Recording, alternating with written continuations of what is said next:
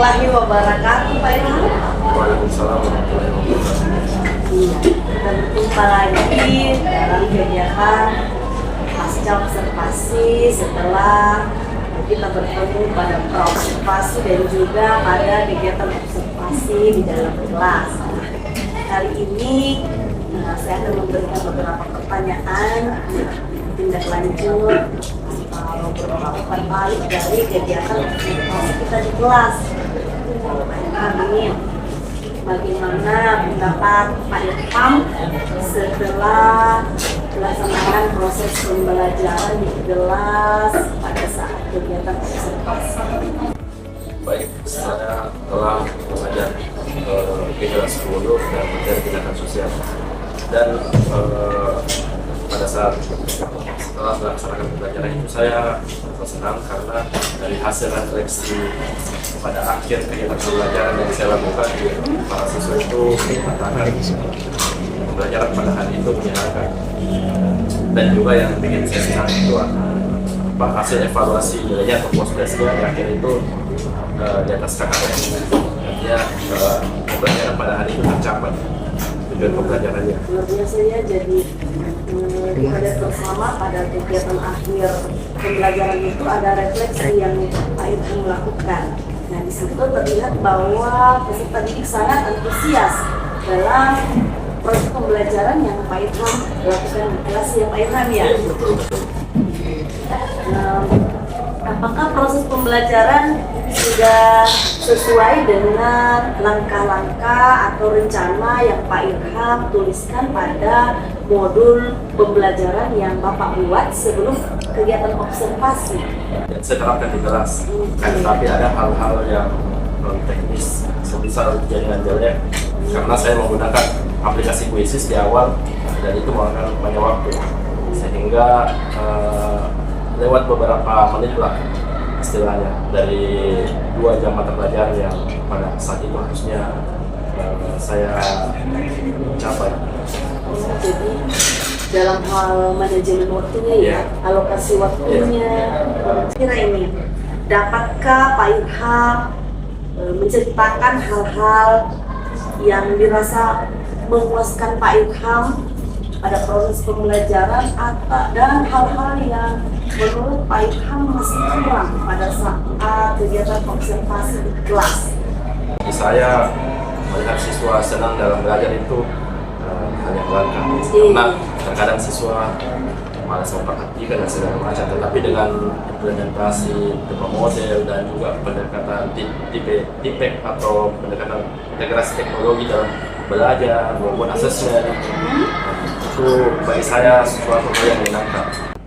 Pada intinya bahwa perencanaan alokasi waktunya ya yang perlu lebih diperbaiki lagi dalam perencanaan modul ajarnya dan juga pada kegiatan observasinya di kelas. Mungkin begitu ya Pak Ilham? Oke, begitu.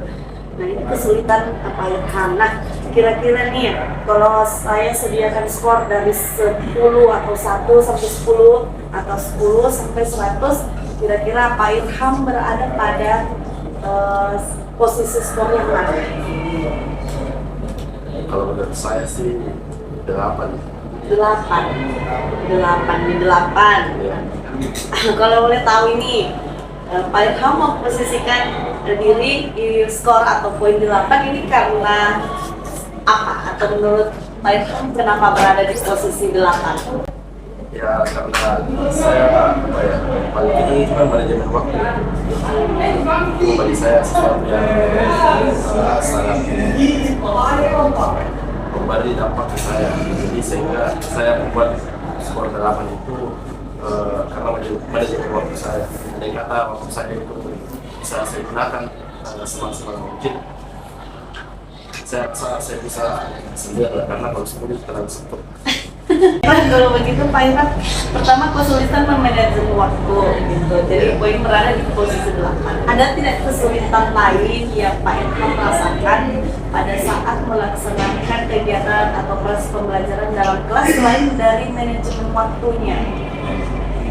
Baik, mungkin kendala tadi yang pertama jaringan, mungkin yang paling vital itu karena kita tidak bisa kadang ada siswa yang gaya belajarnya itu suka berpindah-pindah. Contohnya seperti apa Pak Ilham? Ya, dia suka berpindah-pindah tempat. Apa gaya belajarnya apa ya? Ya, kinestetik. Gaya belajar kinestetik, dia suka dari satu kelompok meja ke kelompok lain. Entah itu ada mestinya di kelompok lain. Ya, itu mungkin sedikit kendala karena tidak mengerjakan di kelompoknya sendiri. Tapi kita perlu juga paham bahwa itu juga gaya belajarnya. Biasa. Di situ ya Ilham, kalau kita pindah kelompok untuk memperhatikan lagi, mengevaluasi anak tersebut itu sulit bagi Pak Ilham karena harus berpindah lagi.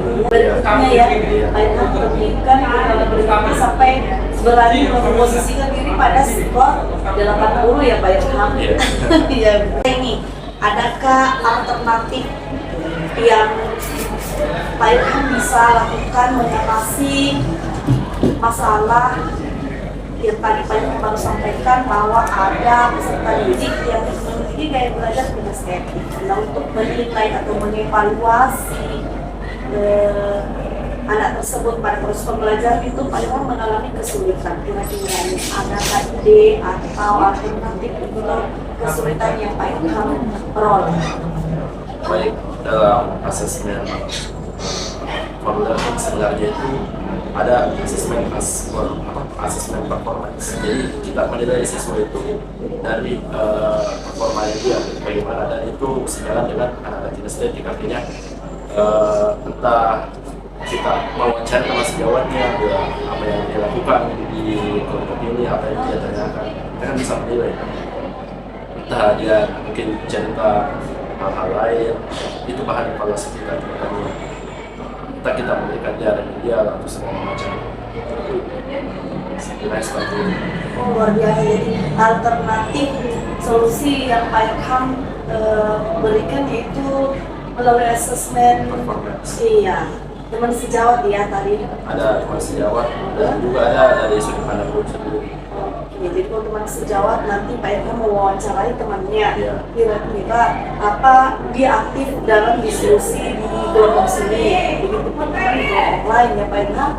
Kita saya tanyakan secara verbal ataupun ada usulan Yang diisi ya. yang diisi. Oke, sudah. Jadi mengenai asesmen tadi ya Pak Ilham, wah, mantap, luar biasa sekali ya Pak Ilham. Nah, hal-hal apa yang menurut Pak Ilham ini sudah mantap dan hal-hal apa yang masih perlu Pak Ilham tingkatkan setelah pelaksanaan observasi di kelas pada saat melakukan proses pembelajaran di kelas. Kalau yang paling mantap menurut saya asesmen diagnostik saya, karena sesuai dengan rencana pembelajaran saya pada hari itu, saya itu akan membantu kelompok heterogen dan saya melakukan diagnostik itu di awal. Jadi segala siswa melakukan tes di eksklusif, saya membagikan semacam kertas kecil dan dia tempel di bawah seberapa, dia tempel di papan tulis berapa salahnya. Yang benar semua itu saya tidak akan di satu kelompok, tapi saya akan sebar di kelompok lain. Jadi saya satu kelompok, dua kelompok. Kalau benar semua dari sini, tapi saya letakkan kelompok 1, 2, 3, 4. Dan hal itu menurut saya efektif karena sesuai dengan rencana saya, yaitu membentuk Kemampuan tidak semua sama dalam satu kelompok, dan hasil tesnya itu lalu Pak Ilham memetakannya seperti itu. Nah, itu yang menurut Pak Ilham sangat baik untuk kegiatan pembelajaran di kelas. Nah, yang kira-kira perlu ditingkatkan menurut Pak Ilham. Karena poin 80 berarti ada hal-hal yang Pak Ilham perlu tingkatkan selain manajemen waktu tadi, kemudian kesulitan dalam hal evaluasi siswa yang memiliki gaya belajar kinestetik tadi harus berpindah. Nah, kira-kira ada tidak lagi yang perlu ditingkatkan lagi atau sudah hanya sampai 20 ini saja? Yang jelasnya dengan waktu yang perlu ditingkatkan dan juga mungkin saya perlu membuat lagi dengan cara mengenai mungkin bakal bisa berdiferensiasi lagi. Berdiferensiasinya yang mau lebih ditingkatkan lagi ya Pak. Mantap sekali. Jadi melalui gaya belajar tadi ini akhirnya Pak Ilham bisa menyebutkan bahwa kita harus lebih belajar lagi atau lebih menempatkan lagi khususnya di pembelajaran berdiferensiasi terutama bukan peserta didik di kelas dalam hal gaya belajarnya seperti itu ya. Nah, ini nih Pak Ilham, apa tindak lanjut Pak Ilham ke depannya untuk mempermantap pembelajaran berdiferensiasi dalam hal harus berkolaborasi dengan sejawat atau ada di sekolah, kemudian di sekolah ada komunitas belajar terus jadi yang sudah terdaftar di PMM mungkin begitu. Ya, itu mungkin yang pertama bagaimana kita berkolaborasi dan berkomunikasi yang sejawat mengenai apa yang berkembang pada hari ini. Tapi kita juga sebagai pembelajar lagi hasil riset.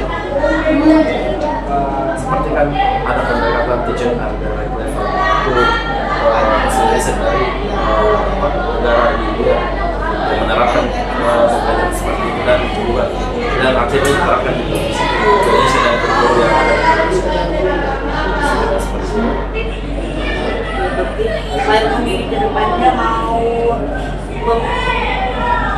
berkolaborasi yang lebih ditingkatkan lagi ya dengan komunitas belajar di sekolah dan juga teman-teman guru-guru yang boleh karena kebetulan juga di sekolah ada juga guru penggerak yang sudah menjadi ketua, jadi kita bisa berbagi bersama-sama di sekolah gitu ya Pak Ilham ya. Nah, terima kasih sekali Pak Ilham sudah membersamai saya pada wawancara pasca observasi. Kiranya ke depannya ini menjadi motivasi untuk saya dan juga Pak Ilham untuk kita sama-sama berkolaborasi, bekerja sama, berbagi ilmu, berbagi informasi untuk pembelajaran yang berfokus pada murid di sekolah. Terima kasih banyak Pak Ilham untuk waktunya. Assalamualaikum warahmatullahi wabarakatuh.